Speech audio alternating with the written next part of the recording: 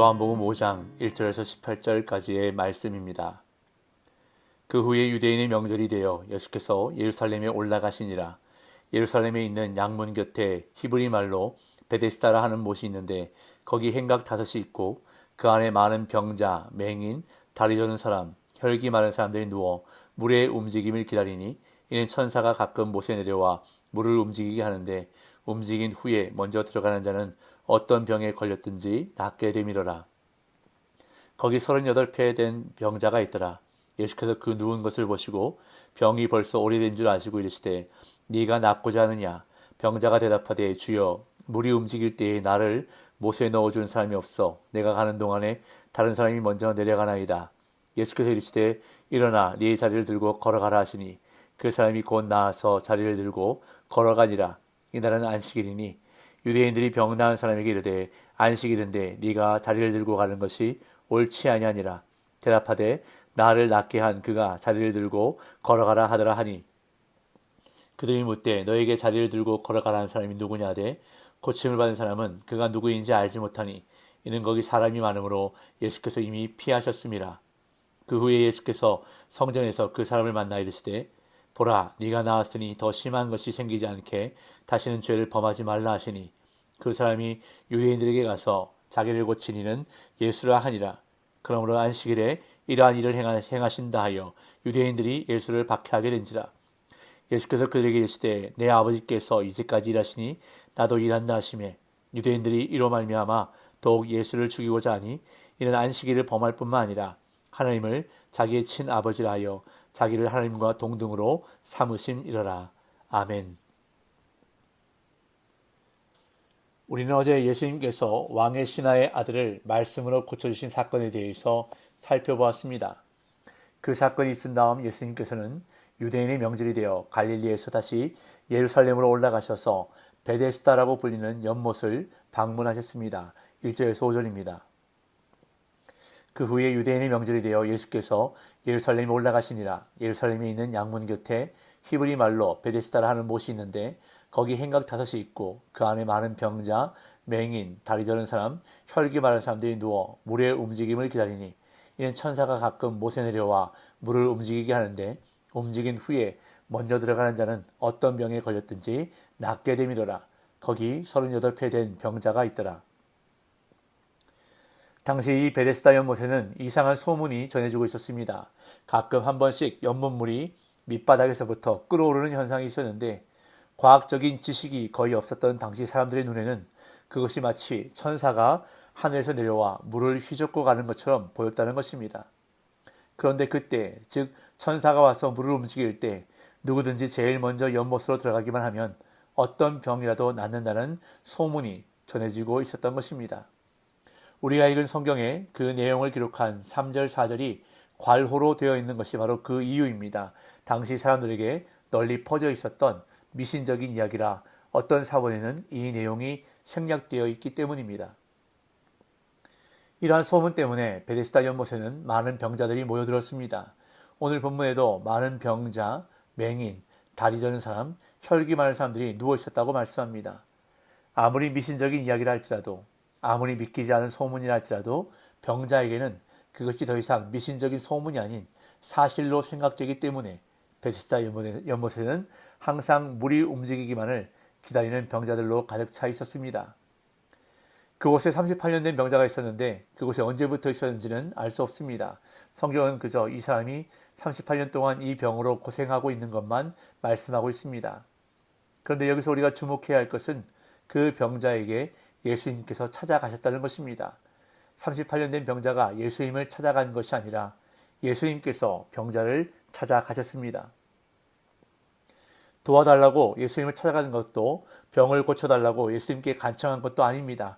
그저 예수님이 찾아오신 것입니다. 그런데 그것이 바로 은혜라는 것입니다.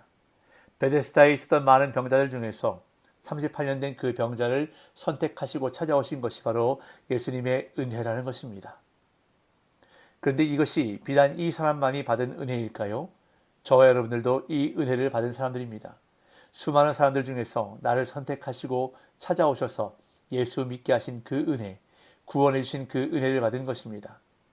오늘 이 표적의 사건이 우리에게 말씀하시는 첫 번째 메시지는 바로 이것입니다. 예수님이 저와 여러분들의 인생에 찾아오신 것이 놀라운 은혜의 사건이라는 사실입니다. 둘째로 오늘 본문의 사건이 우리에게 말씀해 주시는 메시지는 예수님께서 이 병자의 소원을 일깨워 주셨다는 것입니다. 그것 또한 은혜인데 예수님은 병자를 찾아오셔서 이렇게 말씀하셨습니다. 6절 예수께서 그 누운 것을 보시고 병이 벌써 오래된 줄 아시고 이르시되 네가 낫고자 하느냐. 여기서 우리는 예수님의 이해할 수 없는 질문을 보게 됩니다. 네가 낫고자 하느냐. 아니 그럼 병 낫고 싶어서 여기 와 있는 것이지 왜 여기 와 있겠습니까? 지금 예수님이 그걸 모르시고 질문하실 걸까요? 예수님은 이미 보시고 아셨습니다. 그 누운 것을 보시고 병이 벌써 오래된 줄 아셨다고 성경은 말씀합니다. 그럼 왜 이렇게 질문하셨을까요? 네가 정말 낫고 싶은 것이냐고 물으시는 것입니다. 네 마음에 아직도 병을 고치려는 의지가 있느냐는 것입니다. 네 마음에 아직도 소원이, 열망이 있느냐는 것을 물으시는 것입니다. 오늘날 많은 그리스도인들이 믿음이 성장하고 싶다고, 신앙생활 잘하고 싶다고 말합니다. 그렇다면 그것이 정말 마음의 소원이라면 그렇게 살아야 하는 것입니다.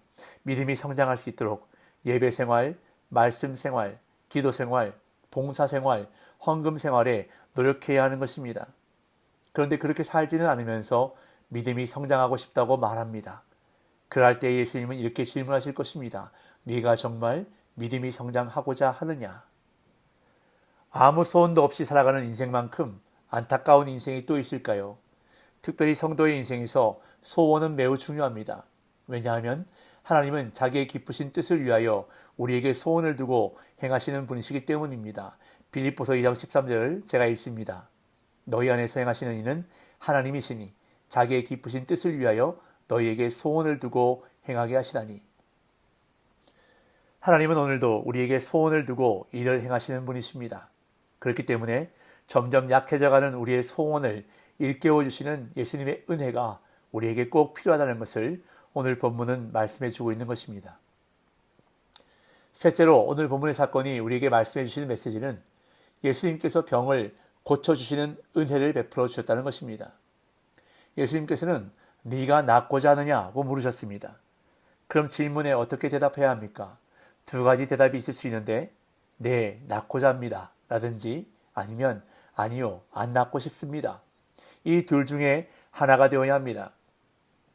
그것이 이 질문에 대한 바른 대답입니다. 그런데 이 병자는 어떻게 대답을 하고 있습니까? 7절입니다. 병자가 대답하되 주여 물이 움직일 때에 나를 못에 넣어주는 사람이 없어 내가 가는 동안에 다른 사람이 먼저 내려가나이다. 지금 이 대답의 의미는 무엇입니까? 예수님께 자신을 연못에 좀 넣어달라고 부탁하고 있는 것입니다. 물이 움직일 때에 나를 못에 넣어주는 사람이 없어서 지금까지 병이 낫지 못하고 있다는 것입니다. 그러니까 나 좀 물에 넣어달라는 것입니다. 자, 지금 이 사람의 관심은 어디에 있습니까? 오직 물에 들어가는 것이 관심입니다. 언제 물이 움직일지 모르니까 혹시라도 그 시기를 놓치게 될까봐 벌써 그동안 아까운 기회를 많이 놓쳤다는 식으로 이야기하고 있습니다. 오직 그의 관심과 시선은 연못을 향해 있었습니다. 예수님에게는 아무 관심이 없었습니다. 그러니 예수님이 자신의 병을 고쳐주실 것이라고는 조금도 생각하지 않았을 것입니다. 그런데 예수님은 이 병자를 고쳐주셨습니다. 예수님을 향한 아무런 믿음도 관심도 없었는데 병을 고쳐주신 것입니다. 8절 9절 예수께서 이르시되 일어나 네 자리를 들고 걸어가라 하시니 그 사람이 곧 나아서 자리를 들고 걸어가니라. 이날은 안식일이니. 지금 이 내용이 우리에게 말씀하고 있는 것이 무엇입니까? 예수님의 표적은 믿음이나 기도의 대가로 이루어지는 것이 아니라는 것입니다. 우리는 복음서에 등장하는 많은 기적들을 보면서 이런 생각을 하게 될 때가 있습니다. 그 놀라운 기적의 사건들이 믿음 때문에 또는 간절한 기도 때문에 이루어진 것이라고 생각할 때가 있습니다. 물론 예수님은 우리의 순종과 기도를 통해서 기적을 일으켜 주십니다. 하지만 그것이 순종과 기도의 당연한 대가라고 생각하는 것은 잘못이라는 것입니다. 마치 내가 순종을 잘해서 기도를 열심히 해서 이루어진 기적이라면 그 기적은 내가 이룬 것이 되는 것입니다. 그렇게 생각하다 보니 기적이 안 이루어지면 순종하지 않아서, 기도하지 않아서 안 이루어졌다고 말한다는 것입니다. 그런데 오늘 이 기적의 현장에서 믿음은 찾아볼 수 없습니다. 순종도 찾아볼 수가 없습니다. 그렇기에 예수님께서 행하시는 일은 전적인 예수님의 은혜입니다. 이 병자의 병을 고쳐주신 것도 예수님의 은혜입니다. 오늘 이 표적의 사건은 이것을 우리에게 말씀해주고 있는 것입니다. 기적은 우리의 믿음이나 기도의 대가로 이루어지는 것이 아닌 전적인 예수님의 은혜로 이루어진다는 것을 우리는 기억해야 한다는 것입니다. 마지막으로 오늘 본문의 사건이 우리에게 말씀해 주시는 메시지는 은혜를 은혜로 알고 살아가는 인생이 되어야 한다는 것입니다. 살펴보신 것처럼 38년 된 이 병자는 참으로 엄청난 은혜를 받았습니다. 절망 가운데 있던 그 인생에 예수님께서 찾아오셔서 다시 소원을 일깨워 주시고 병을 고쳐주신 놀라운 은혜를 베풀어 주셨습니다. 그런데 병이 낫고 난 다음 이 사람의 행동을 한번 보십시오. 9절에서 16절. 그 사람이 곧 나아서 자리를 들고 걸어가니라. 이날은 안식일이니 유대인들이 병 나은 사람에게 이르되 안식일인데 네가 자리를 들고 가는 것이 옳지 아니하니라. 대답하되 나를 낫게 한 그가 자리를 들고 걸어가라 하더라 하니 그들이 묻되 너에게 자리를 들고 걸어가라는 사람이 누구냐 하되 고침을 받은 사람은 그가 누구인지 알지 못하니 이는 거기 사람이 많으므로 예수께서 이미 피하셨습니다. 그 후에 예수께서 성전에서 그 사람을 만나 이르시되 보라 네가 나았으니 더 심한 것이 생기지 않게 다시는 죄를 범하지 말라 하시니 그 사람이 유대인들에게 가서 자기를 고친 이는 예수라 하니라. 그러므로 안식일에 이러한 일을 행하신다 하여 유대인들이 예수를 박해하게 된지라. 이 병자는 안식일에 자리를 들고 걸어가다가 안식일 법에 걸리게 되었습니다. 그러자 왜 법을 어겼느냐는 추궁에 자신의 잘못이 아니라 나를 고친 그 사람이 들고 가라고 했다라고 말합니다. 그런데 그는 예수님이 누구신지를 알지 못했습니다. 그러다가 그 후에 예수님을 성전에서 만나게 되는데 예수님은 그 병자에게 이렇게 경고하셨습니다. 더 심한 것이 생기지 않게 다시는 죄를 범하지 말라. 그런데 이렇게 예수님이 누구신지를 알게 되자 그 사람은 유대인들에게 가서 자신을 고친 이가 예수라고 말하게 되고 결국 이 사건으로 말미암아 예수님이 유대인들에게 본격적인 박해를 당하기 시작했다고 요한은 기록하고 있습니다. 물론 그 사람이 악의가 있었던 것은 아니라고 학자들은 주장합니다. 지혜가 좀 없었을 뿐 예수님을 곤경에 빠뜨리려고 의도한 것은 아니라고 하지만 만약 이 사람이 예수님의 은혜를 정말 은혜로 생각했다면 자신이 예수님을 위해서 더 희생하는 모습이 나타나지 않았을까 하는 생각이 들게 됩니다. 은혜라고 생각하지 않았기에 그는 희생하고 싶지 않았던 것입니다. 은혜를 은혜로 생각하지 않았기에 감사가 없었던 것입니다. 은혜를 은혜로 알고 살아갈 때 그 인생이 복된 인생이 되는 것입니다. 그리고 은혜를 사모하게 되는 것입니다. 오늘 저와 여러분들 삶이 은혜를 은혜로 알고 살아가는 복된 삶이 되어 오늘도 은혜 아니면 살아갈 수 없음을 고백하며 사는 복된 날 되시기를 예수님의 이름으로 축복합니다.